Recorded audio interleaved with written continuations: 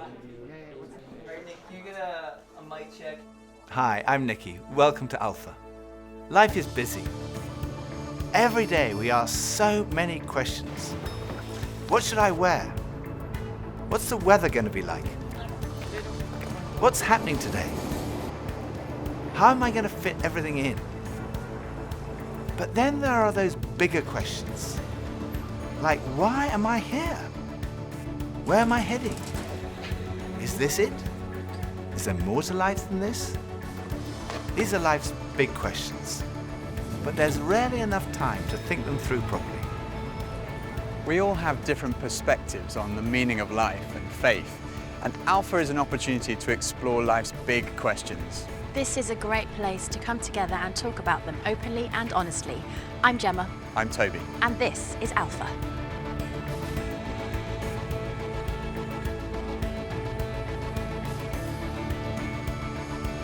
I go on Google. I definitely Google. I go on Wikipedia. Internet. I scroll through all the different answers and then I try and combine it and then make my own kind of like cornerstone. Or smart friends. I don't ask big life questions. It's too hard to answer. Google or my grandmother. I meditate or I read. When I have a big life questions, I probably go to my family. I haven't really had any massive ones yet. It's my mom or my dad, basically. My mom or my dad, maybe my grand. I get most of my answers from the library in any section there because I don't really trust the people that I'm around. The key is always to yourself. You got to figure some things out for yourself. If I'm confused, I go to him first. And he confuses me more. But when it's something more personal, I try to find it within myself first. Friends of mine told me that the first night they came to Alpha, they sat in their car for half an hour waiting and watching people going in. And eventually when they'd seen enough normal looking people going in, they thought they'd give it a try. And one thing that might be going through your mind is, am I going to be the only one there who doesn't believe all this stuff, who's not a Christian, that doesn't go to church? Well, if that's you, then you're in the right place. Alpha is designed for people who wouldn't call themselves Christians or who are not regular churchgoers. It might feel a bit strange to be discussing life and faith with people that you've never met before, but the best thing about Alpha is often the great friendships that are formed over the weeks. For much of my life, I was not remotely interested in Christianity. In fact, I don't think I'd ever come to something like Alpha. I was not brought up as a Christian. My father was a secular Jew. He was an agnostic, and my mother didn't go to church, and I had no interest at all in Christianity. First of all, I just thought it was so boring. Everything to me about church, Christianity, religion was just dull and dreary. And it kind of made me feel a little bit guilty. I didn't know why, but I just didn't want to have anything to do with it. And I also thought it was untrue.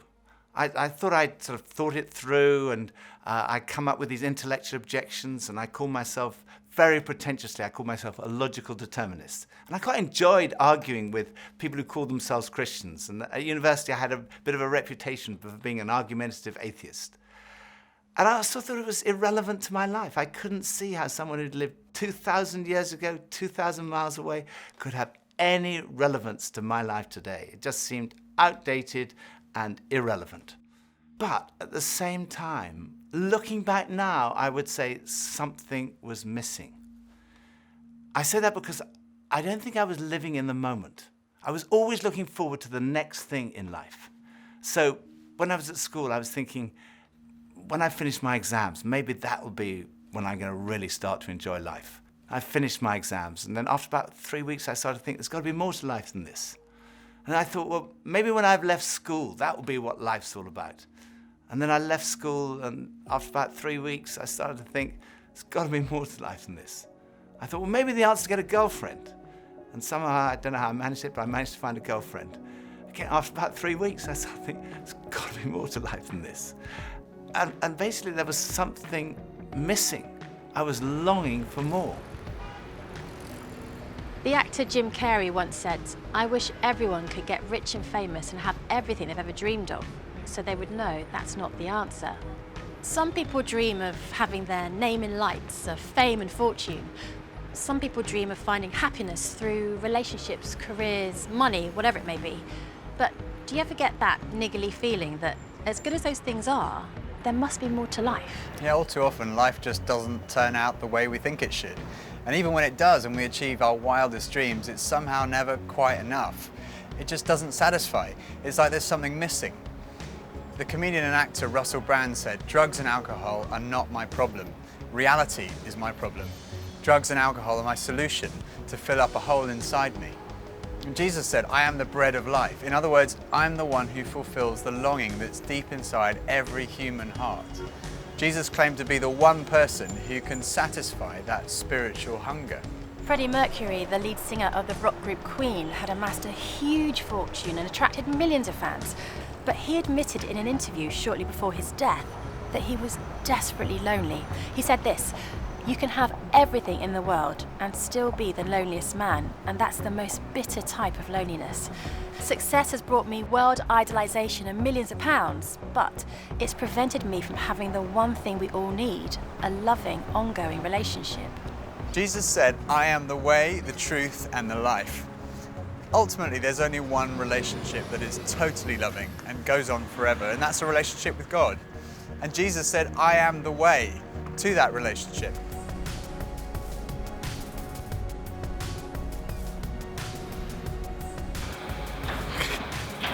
Maybe money? What makes me happy? Music. Music, ice cream, and cheese. Sleep makes me happy. Going to the gym, seeing my friends, going to the pub, playing football. Dogs. Alcohol. Women. Pretty much. The idea of life in general makes me happy. Clothes. Women. More to life than this. Sure. That's a really good question. I don't know, I can't tell you. I think we're supposed to learn a couple of things. There's nothing more. I'm still figuring that out, to be honest. No. Let's live in the moment. Absolutely. I strongly believe that there's more to life than this. No idea. Sorry. When I was about 17, I was sitting having a burger with two friends, and we were looking out the window and commenting on a few of the stores across the street, and I suddenly realized that I couldn't read any of the signs, even if I squinted. So I asked if I could borrow one of my friend's pair of glasses, and as soon as I put them on, I realized I could see everything, like colors, shapes, words. I was amazed at how everything was so clear. And I could see before, but now I could really see. And to me, that's the best way to describe the difference that Jesus makes. Jesus is the lens through which we see God. And he's also the lens by which we see the world in a totally different way. Jesus said, "I am the truth." Some people's response to a Christian might be, well, it's great for you, you found meaning and purpose in your life, but it's not for me. But when you think about it, that's not actually a logical position, because if Christianity is true, it's of vital importance to every one of us. And if it's not true, it's not great for us, because it means we're deluded. C.S. Lewis was one of the great intellectual giants of the 20th century, probably best known as the author of the Chronicles of Narnia. He said this, "Christianity, if false, is of no importance, and if true, of infinite importance. The only thing it cannot be is moderately important." I come from a family of lawyers, so naturally I wanted to look at the original documents and sources.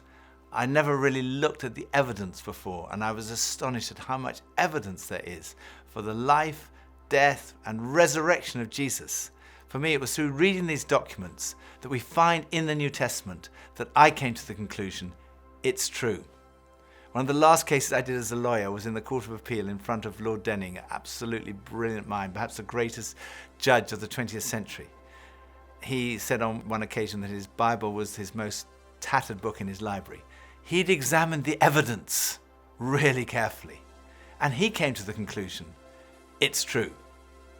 One former professor of history at Oxford University described the resurrection as the best attested fact in history. I hadn't realized how many of the pioneers of modern science were believers. Descartes, Newton, Kepler, Galileo, Locke, Copernicus, Faraday, Kelvin, Pasteur. Francis Collins, one of the greatest scientists of our time, was director of the Human Genome Project, mapping the 3 billion letters in the human DNA, considered by many to be the most significant scientific undertaking of our time. He describes how he encountered Jesus and came to believe in the truth of Christianity? Well, in the home where I grew up, faith was not something that was talked about very much. My father was a professor of drama, my mother a playwright. When I went to college and those discussions in the dorm late at night about religion began to occur, I had no particular reason to attach value to a faith system. It had never been something I was familiar with or had internalized at all. And I assumed that any religious feelings that anyone held must be on the basis of some emotional experience, and I didn't trust those, or on the basis of some childhood indoctrination, which I felt I was fortunate to have missed. I loved the experience of learning about the human body and all of the components of that, and I particularly loved being introduced to genetics. But then I ended up in the medical school curriculum sitting at the bedside of patients with diseases. This was no longer an abstract study of molecules and organ systems. These were real people. And one afternoon, one of my patients, a wonderful elderly woman, much like a grandmother, who had very bad heart disease. She had a particularly bad episode of chest pain while I was with her. She got through it, and at the end of that, explained to me how her faith was the thing that helped her in that situation. She realized that the doctors around her weren't really giving her that much help, but her faith was.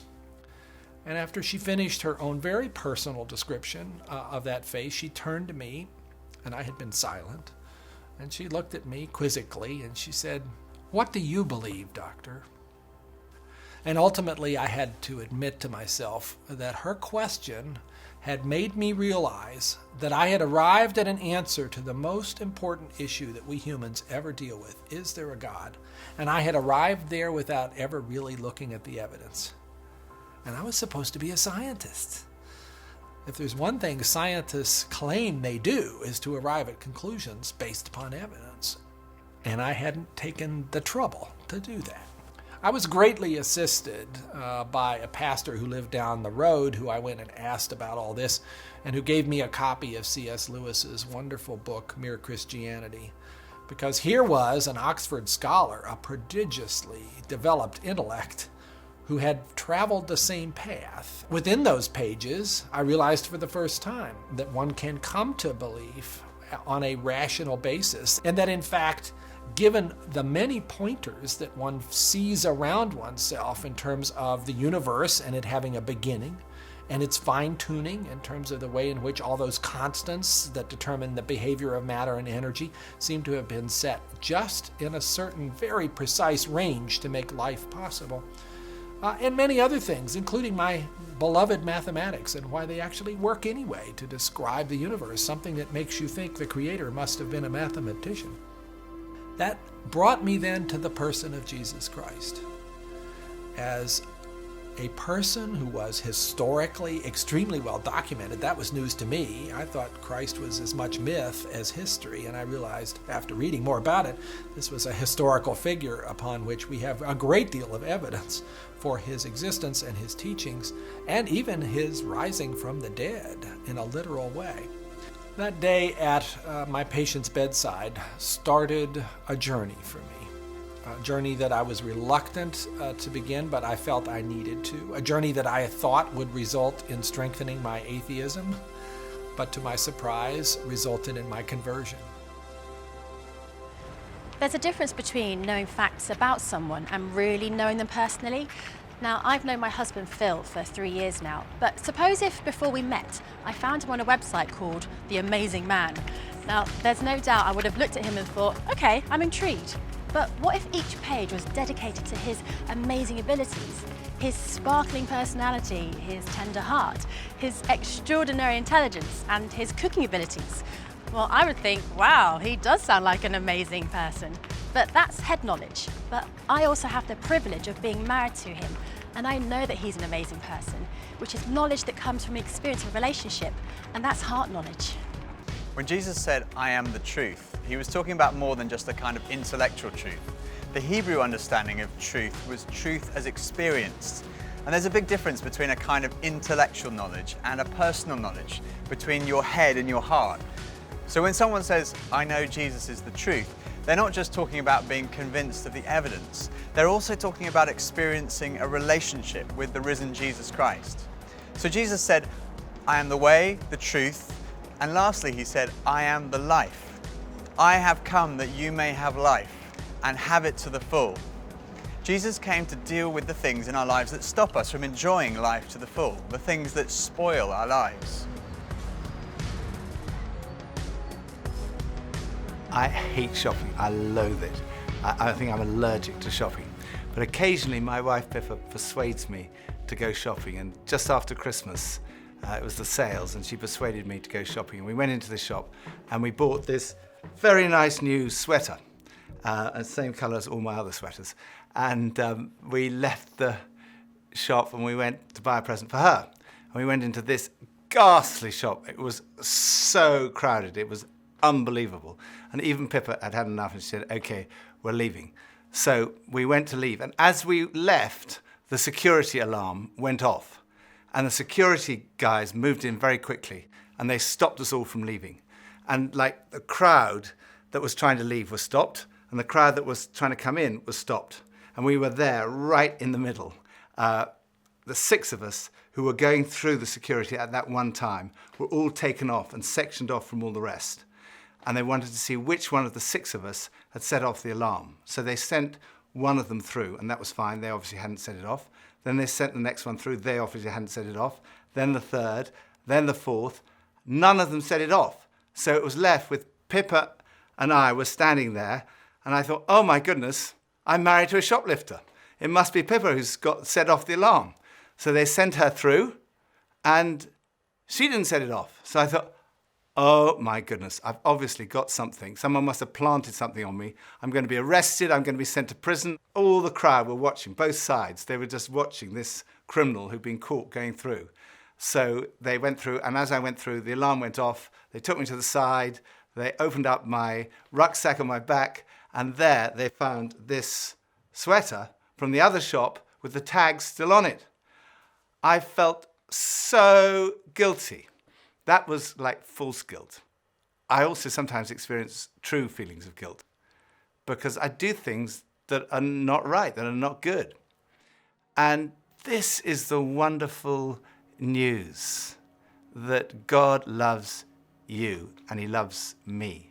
God came in the person of his Son, Jesus Christ, to die for you and for me. And on the cross, he took all of your guilt, all of my guilt, everything you've ever done wrong, everything I've ever done wrong, said wrong, thought wrong, and he died in our place in order that we could be forgiven. And forgiveness, C.S. Lewis said, it's like a recording of our life wiped completely clean. And when we receive that forgiveness, we find life, and life in all its fullness. And that's what Jesus wants for you and for me. Life in all its fullness. Life at its very, very best.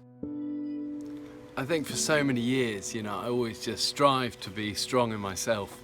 And it was as if that all I needed was me and my buddies and, we'd be like invincible. But the truth is, none of us are. And I don't want to do this thing called life. I don't want to do it on my own. And it kind of feels like my longing for this light inside is now stronger than my fear of what others might think. And people often ask, well, doesn't that make faith like a crutch? And, well, maybe, but, what does a crutch do? A crutch helps you stand, and it makes you stronger. And in that case, sure, I need a bit of that. But especially when it's so much more than that. When this faith inside is also like a backbone, helping me stand tall, and helping me be strong when I'm really up against it, facing those odds, whether it's on a mountain or stuck in some jungle, or just dealing with the storms, with the storms of life. Sure, I need it. I need that. But at heart, my Christian faith says that I'm known to Christ, bought at a price, blessed with light. Faith says that we're loved, regardless of our mess, regardless of how many times we fall down. And that Jesus somehow picks me up. And sure, you know, I'll reach out to that. Why wouldn't I? I used to think Christianity was boring, untrue, and irrelevant. But when I read about Jesus, I realized he was anything but. Jesus said he's the way to God. He's the one who brings meaning and purpose to your life. He said he's the truth. He said he's the life, that true fulfillment is found in a relationship with God through him. Alpha is a place where you can be yourself. You can say what you think and challenge everything. No question is too complex or too simple. And what your point of view is as important as anyone else's. And over the weeks ahead, we are going on a journey together, an adventure to explore the questions of life, faith, and meaning. Think of it this way. If you live to be 70, you're going to spend 20 years and 3 months asleep, 10 years and 5 months watching TV, 5 years and 9 months in some form of transportation, 7 years and 6 months eating and drinking. You have approximately 570,000 hours left to live. So why not spend less than 24 of them asking life's biggest questions? Welcome to Alpha.